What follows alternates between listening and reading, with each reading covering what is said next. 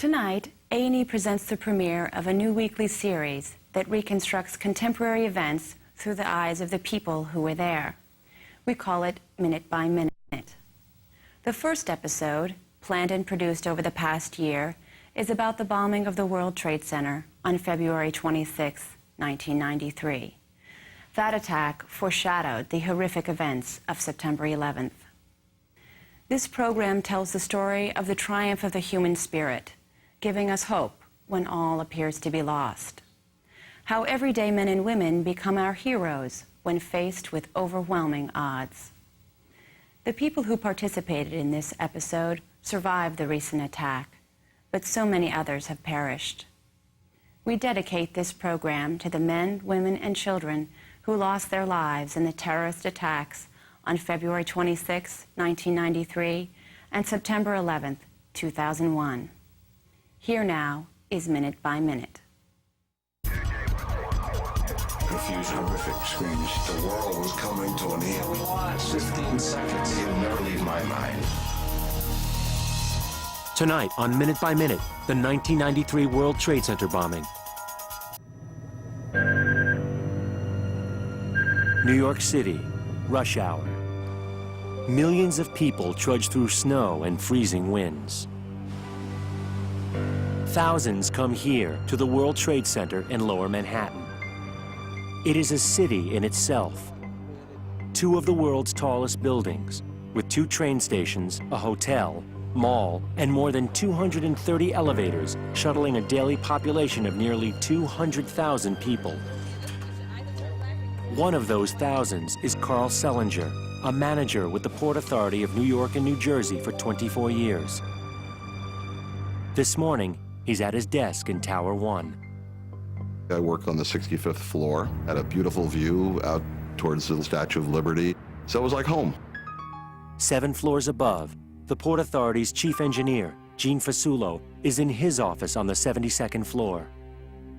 My role was basically to run the engineering function at the Port Authority. It was really a very busy day.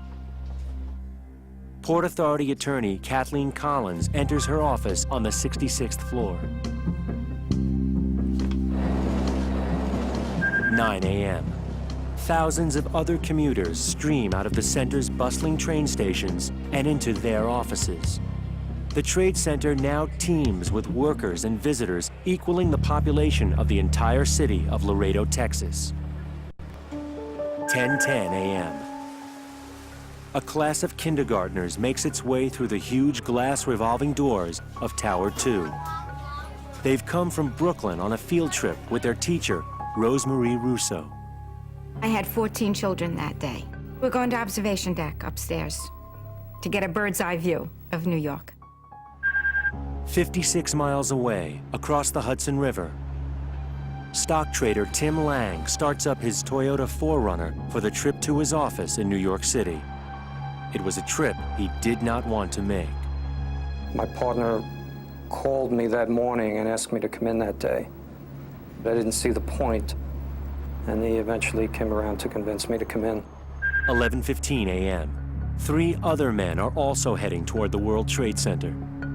Iyad Ismail and Ramzi Youssef are driving a 10-foot yellow Ryder van. Following them is a car driven by Mohammed Salome. The FBI has a file on Salome. He is a known associate of reputed Islamic terrorists. Salome had leased the van from a Ryder rental agency in Jersey City 3 days earlier and reported it stolen just yesterday. It now carries a 1,500-pound bomb made of urea nitrate and hydrogen. 11:55 a.m. The yellow Ryder van pulls into level B2 of the World Trade Center garage. Iyad Ismail steers it to an illegal parking space. Mohammed Salome follows behind. Rosemarie Russo starts rounding up her 5-year-old sightseers on the Trade Center observation deck. Tim Lang pulls into the center's garage, 4 blocks from his office. In the Ryder van, Ramzi Youssef readies a fuse attached to the 1,500-pound bomb. On the 65th floor, manager Carl Sellinger leaves to get some lunch before his next appointment. Well, the Port Authority has a cafeteria on the 43rd floor. I figured that, well, let me go get some salad to bring back to my desk because I really wanted to prepare for this meeting. Gene Fasulo and two coworkers decide to go downstairs. So we were actually on our way to lunch, and we were going to catch up on the events of the last week or so. On the B2 level, Ramzi Youssef lights a fuse on the bomb. The fuse is encased in rubber, which suppresses smoke and allows for a 10 to 20 minute burn time. 150 feet away, the center's supervising engineer, Alan Reese, heads down the hallway to his office. I was going downstairs to the office to see some friends and just talk about what we're going to do this weekend and how things were going. 2 floors below, on B4, engineer Fred Furby finishes a job and tells his coworker, Richie Walsh, to go upstairs to turn in their worksheets. I was telling him to go take the paperwork, turn it in, so they don't come down and bother us, you know? And I just was so insistent on it, so he wouldn't turn it in. 12:05 p.m. Youssef and Ismail jump into Salome's car and speed out of the garage. 12:10 p.m. The fuse on the bomb has been burning for 6 minutes. Off-duty Port Authority detective Thomas McHale reads a newspaper on the Trade Center's concourse level as he waits for a train to New Jersey. McHale happens to be in the building for a doctor's appointment following a work-related injury. The morning I was actually off duty. I injured my ankle in a line-of-duty injury in the subway. Stock trader Tim Lang has found a parking spot. It's on the same level as the Ryder van, where the fuse has now been burning for 11 minutes. It's 12:17 p.m. I'd gotten into the elevator and pressed 65. I'm approached by an individual who asks for directions to the Newark train. We're waiting now for the elevator to come for us. I was standing within the door frame and had just opened the door to my office. We entered an elevator on the 72nd floor. I was cutting insulation, you know, putting it on the cart. I was in my office, and my friend was coming up, and we were going to have pizza. I got out of the car, opened the backseat door, reached for my things, had my car keys in my hand.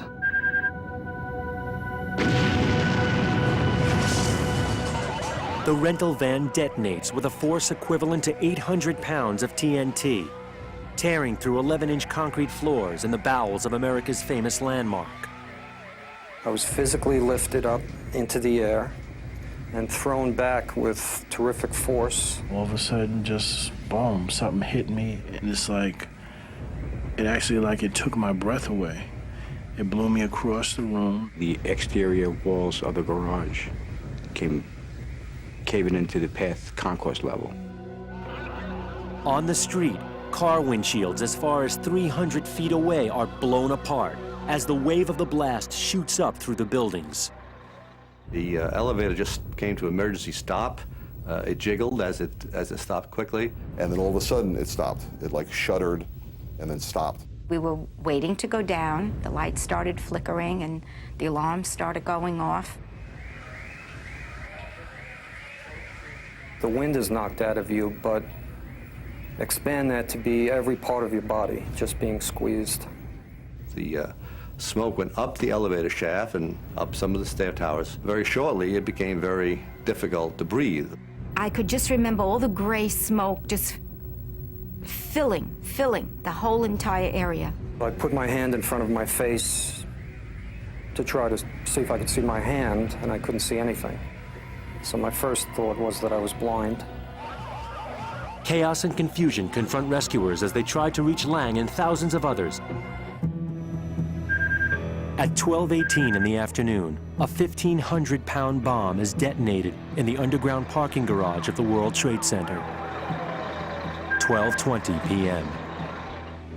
New York Police Department bomb squad detective Stephen Dodge is about to go out for a quick lunch. The phone call came in from the United States Secret Service telling us that there was a large explosion at the World Trade Center. 6 blocks from the Trade Center, while monitoring the police radio.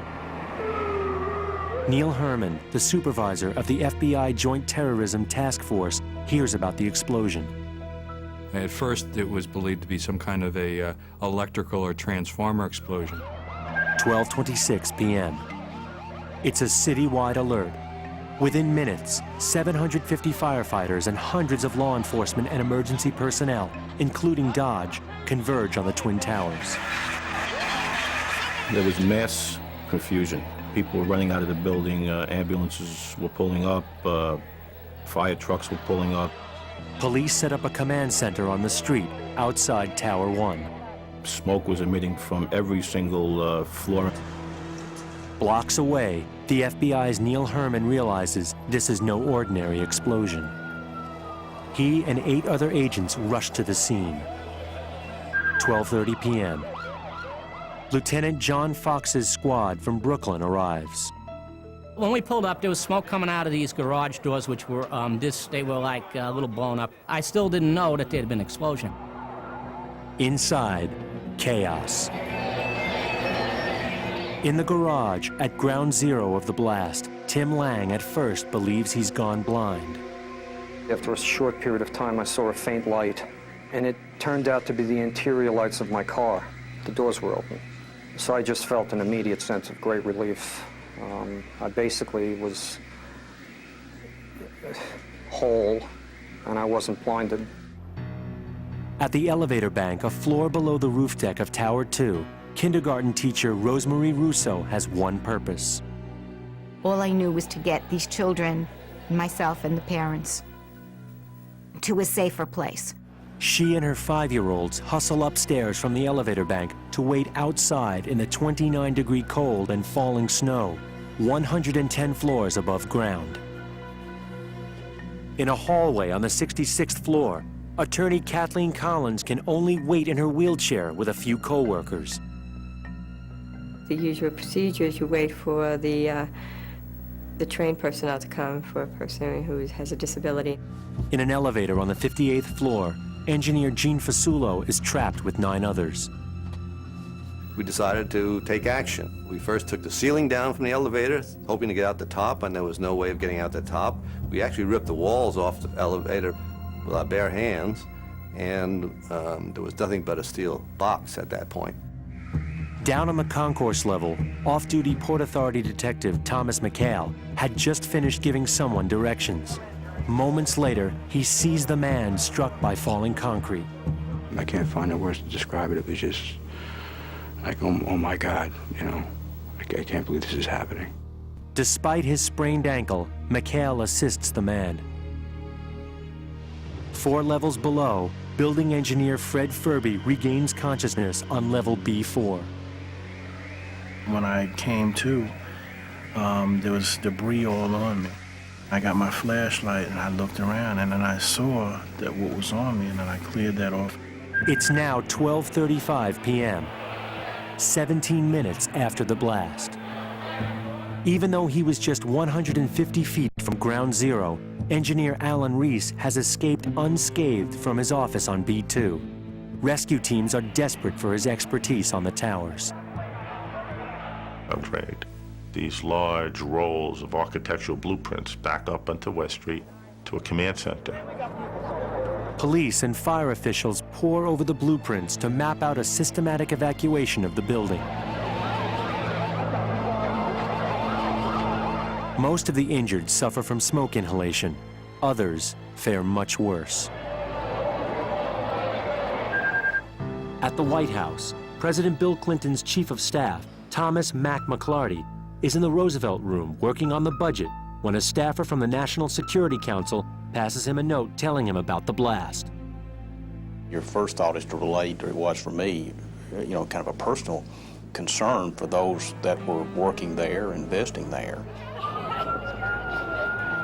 And I think secondly, you do naturally say, well, what happened? You know, was it a fire explosion of some type, or was it a bomb of some type? The first concern was to make sure the president was notified of this, and indeed he had been.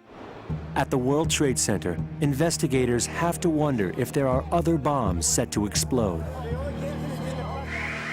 In the smoke and darkness of the garage, Tim Lang barely makes out an exit sign. When I got to the exit sign, what I saw instead was a stairwell just completely covered in rubble. Huge concrete blocks, and there was no escape from in that direction. Alone in an elevator on the 67th floor, Carl Selinger crouches in the smoke and dark. He finds a pen and piece of paper in his shirt pocket and blindly scribbles what he fears may be his last words to his wife and children. I love you very much. Do wonderful things in your life. Barbara, my wife, I've always loved you and showed you as much as I could. Debbie, my daughter, my beautiful girl, with wonderful bear hugs and kisses. Do good. Jeff, my son, what a terrific person. Stay well, make good decisions, help people. Doug, my boy, discover secrets to cure lots of the world's problems. I'm so proud of my children. They're all so wonderful. Up on the observation deck in the freezing snow and cold, Rosemarie Russo tries anything to keep her children calm, despite the chaos more than 100 floors below. We were able to see fire engines red. I said, what color is that? That's red. In an elevator stuck on the 58th floor, Gene Fasulo and the others are still trying to escape from the suffocating smoke. Desperate for fresh air, they force open the elevator doors, only to face a 2-inch plasterboard wall. We looked at each other and said, well, let's start digging a hole through this wall. On the concourse level, Thomas McHale has rescued the man hit by concrete.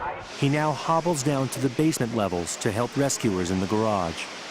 And there was just screams coming from in there, horrific screams, and you didn't know where they were coming from because you didn't know what floor you were on. On the B4 level, engineer Fred Furby sets out in search of his colleague, Richie Walsh. He is bruised and bleeding, but stops to help people along the way. There was some construction guys that were screaming, and I got them up, and I walked them down past B staircase to the parking lot.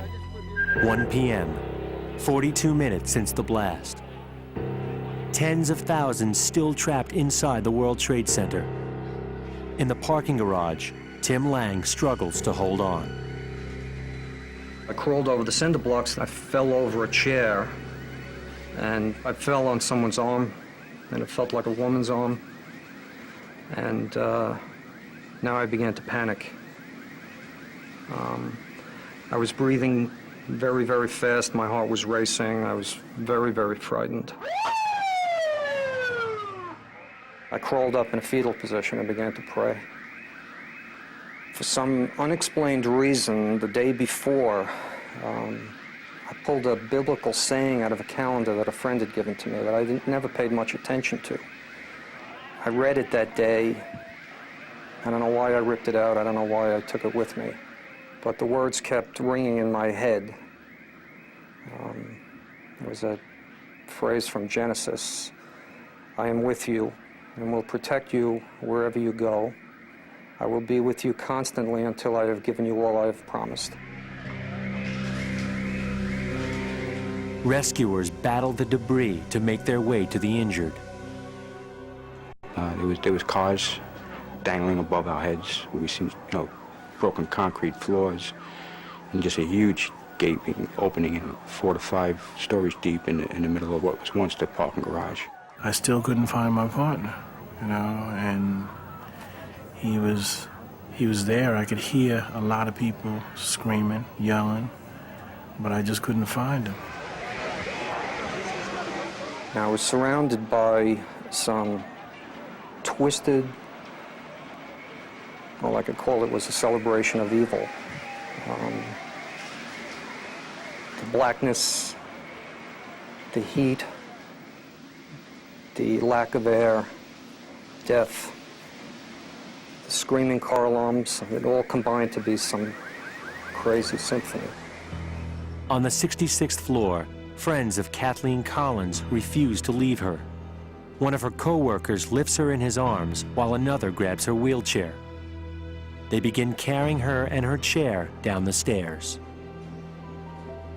We were on the steps, and then at a certain point, the police and emergency crew, firefighters and that, met up with us.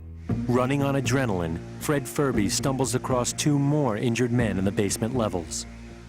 I picked them up, and I carried them out, and then went up the stairs.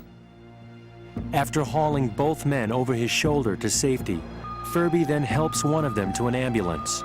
He rides with him to the emergency room, then returns to the Trade Center. On the B2 level in the garage, Tim Lang crawls to a car and lies in the dim glow of its headlights. Oozing blood from a deep gash on the back of his head, he is thinking that he will never be found. And then after a long time that I had given up again, I looked up and I saw a boot. The boot is illuminated by the beam of a flashlight. A fireman is standing right next to Lang as he lies on the ground. I couldn't speak, but he was not 6 inches from me and he couldn't see me. So I reached out and just grabbed his boot. And I heard him behind his mask scream. I'm sure I scared the hell out of him. The next thing I know, I'm being lifted up by 2 fellows. Tim Lang is saved. Rescue workers will rush him to a hospital in Brooklyn where doctors will treat him for minor injuries and will stitch up the gash on the back of his head. But hundreds more are still trapped throughout the extensive complex, where rescuers still don't know if another bomb is set to explode. Rescuers work desperately against time, and 2 survivors risk their lives to help them. It's now nearly 4 hours since an explosion rocked the foundation of New York's tallest buildings, the World Trade Center. Throughout Manhattan, the city deals with the effects of the blast. A bomb threat causes the evacuation of the Empire State Building, and security is heightened at all local airports. The National Guard is on full alert.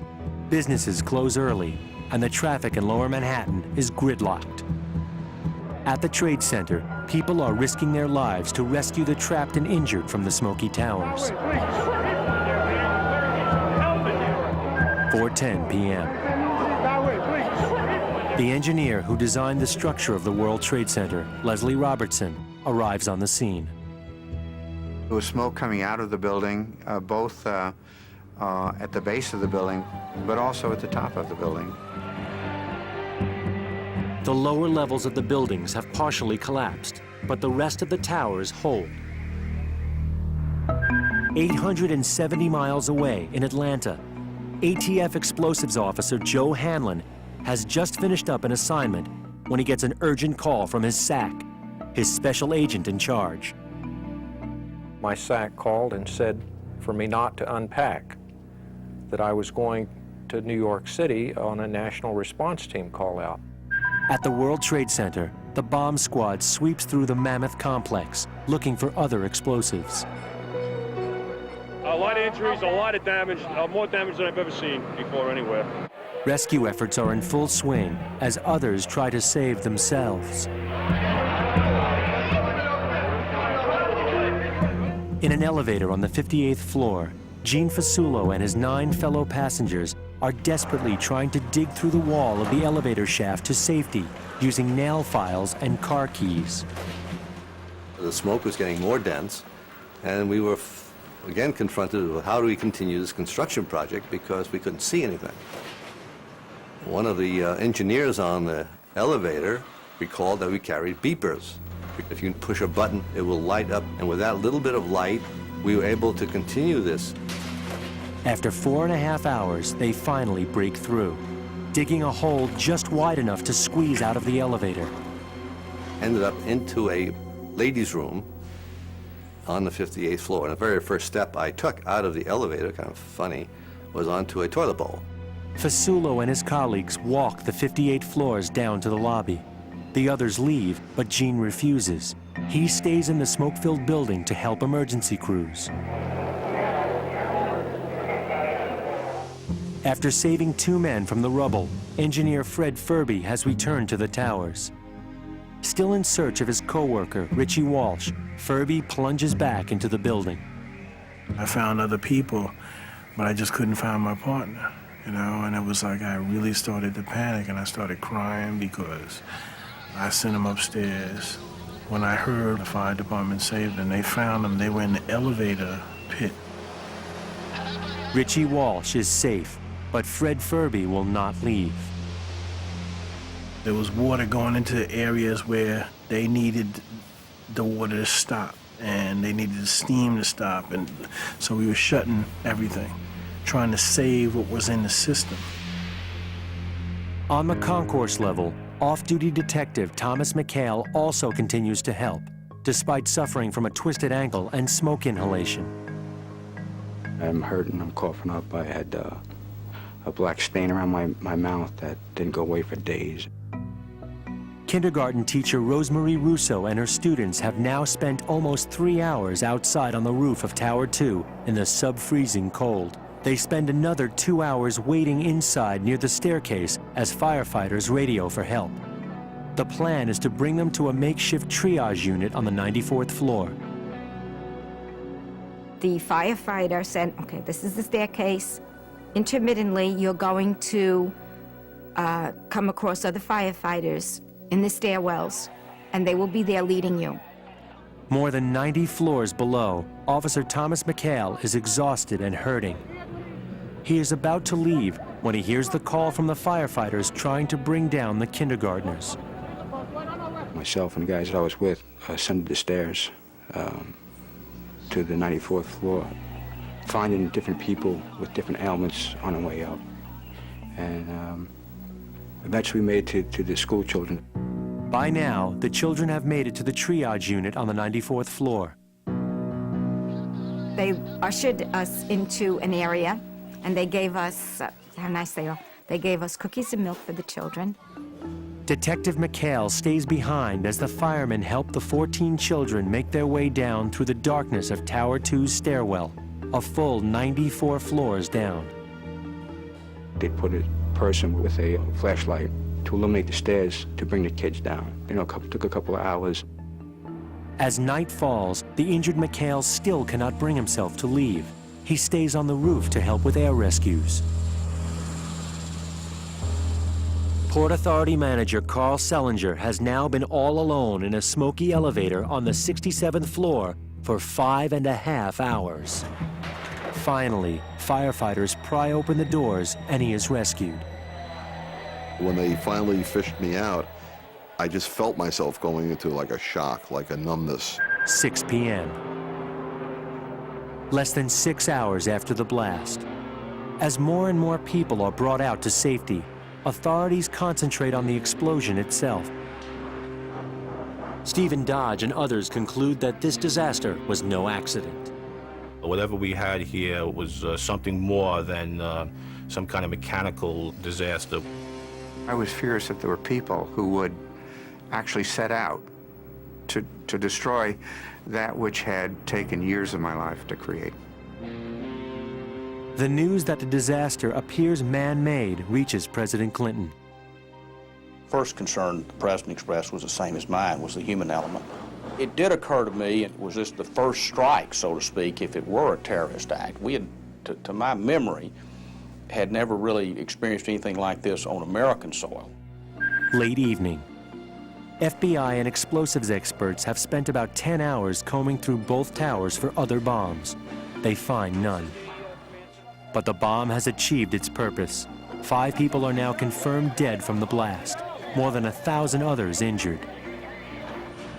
So now, amidst the rubble, law enforcement agencies are in a new race against time to find the people who did this.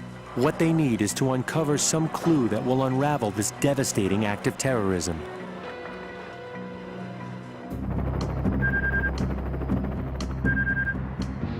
Crews have been working all night to secure the structure of the World Trade Center after a catastrophic explosion killed 5 people and injured more than 1,000 the day before. As the day wears on, no confirmation is given to reporters about the cause of the blast, but officials do not hide their strong suspicions. We'll give you a certain conclusion when we can prove it. Looks like a bomb, it smells like a bomb, it's probably a bomb. The problem is, as the investigation drags into a second night, the bombers have now had more than 36 hours to make their getaway. Approximately 46 hours after the blast, law enforcement, including the FBI, the Bureau of Alcohol, Tobacco, and Firearms, and the New York police, are all working intensely to find anything that will lead them to the bombers. A group of investigators is assigned to work inside the crater created by the bomb. NYPD Detective Donald Sadawi and ATF Agent Joe Hanlon are assigned to the same team.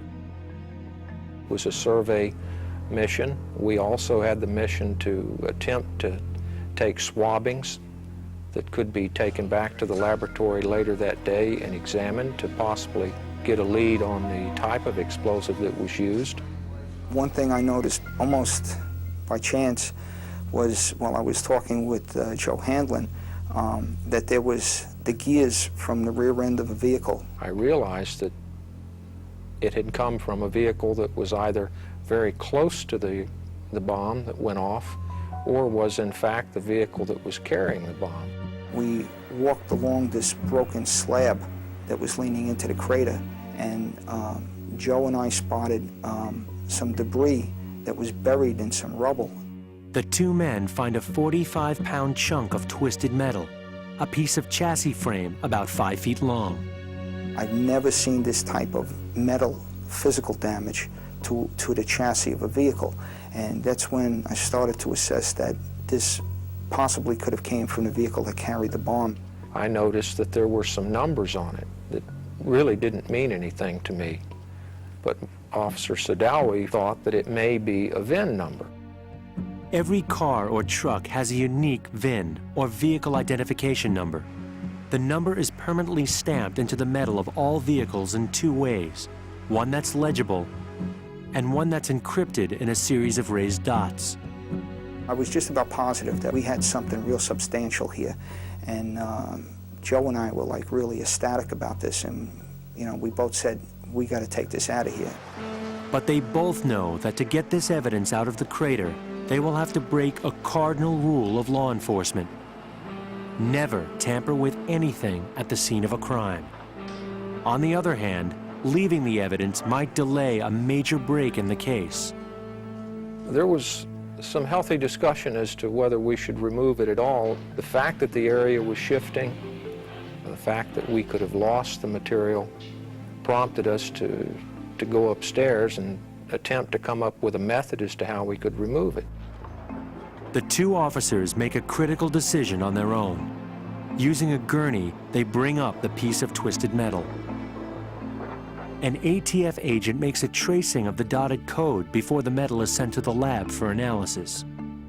When we informed our counterparts that we had removed some material, they weren't pleased, let's just say. I saw this FBI supervisor who saw me at a distance. Well, he was livid. I think from the point he recognized it was me across the lobby, he never stopped yelling and screaming at me. All the officers could hope for was that their hunch would somehow pay off. As Sunday stretches into Monday and on into Tuesday, there are no other leads to the bombers. It's now a full 5 days since the blast. The trains at the World Trade Center are up and running, but still no real trace of the terrorists. FBI Special Agent Jamie Cedeno, an auto crimes expert, is called in and takes a look at the rubbing made of the encrypted dots found by Sadawi and Hanlon. When I looked at it, I knew immediately that we had a confidential VIN derivative sitting right there on that piece of paper. Cedeno immediately runs the number through the National Insurance Crime Bureau database. The NICB keeps a record of all cars manufactured and documents if someone has reported a vehicle stolen.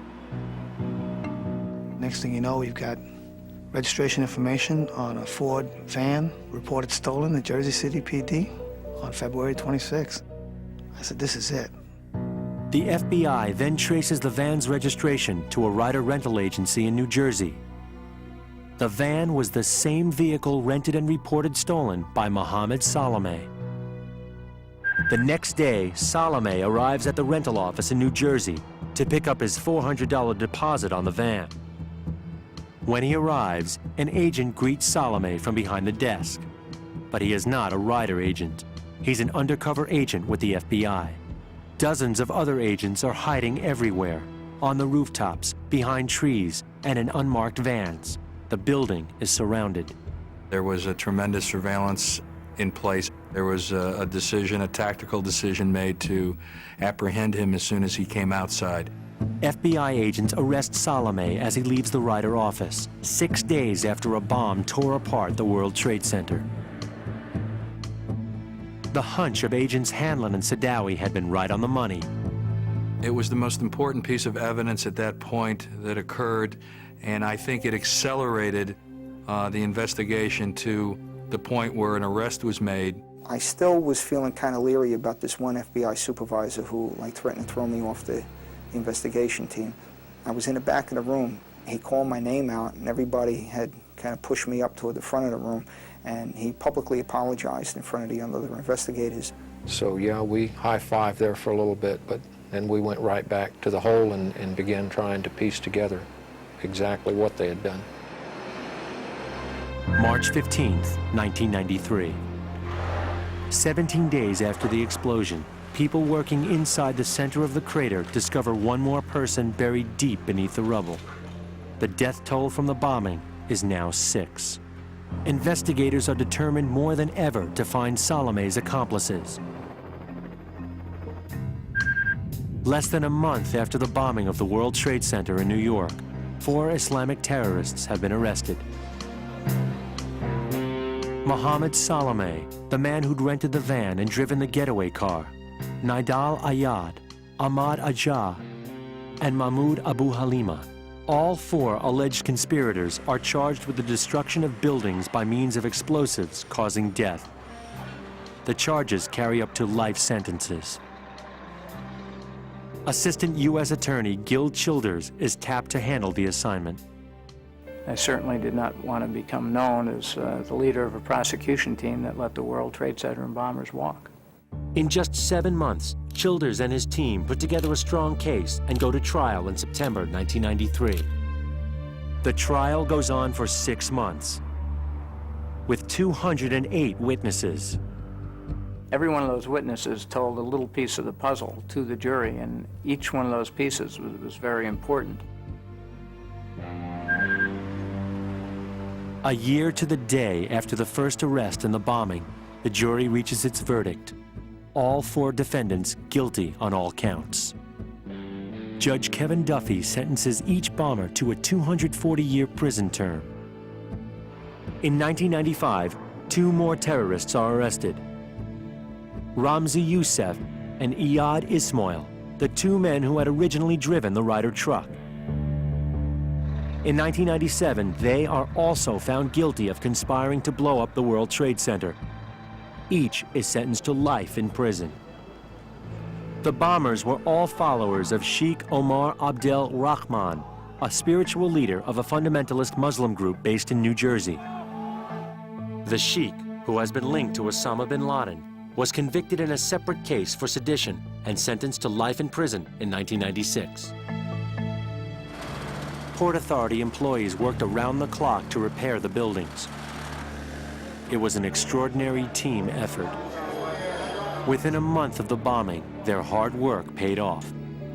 Businesses moved back into the trade center, and people tried to resume a sense of normalcy. They don't teach you in college anything about dealing with losing your employees. The sound, the events are sort of seared into your memory cells.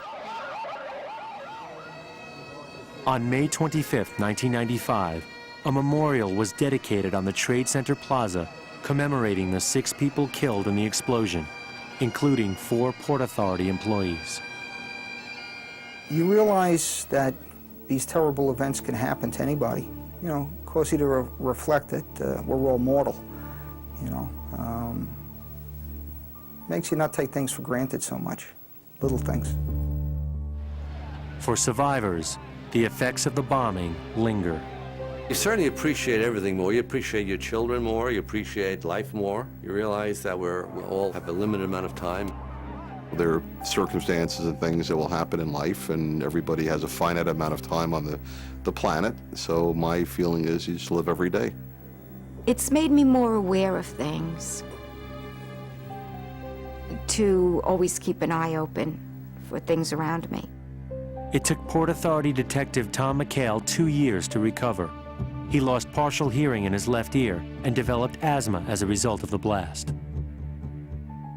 But the personality change, the roller coaster of emotions, the nightmares, the self-pity, the expression which I can never figure out is you felt guilty. I mean, how could you, it's not your fault how you feel guilty, but you do. You feel guilty for surviving. Others, like building engineer Fred Furby, regarded as a hero for saving more than 20 people, say they felt deeply humbled by the tragedy. Don't lose sight of reality and remember that it could be you next time and somebody pulls you out. Car alarms will always remind Tim Lang of February 26, 1993. He still avoids underground garages and the Twin Towers. The good side of it is that things that used to bother me just don't bother me anymore. You know, my priorities were rearranged that day. The bad part of the experience is that a lot of things that we all take for granted, I can't anymore. We sit in this room and we assume we're safe, that the floor will not fall out from under us. I know otherwise. It can.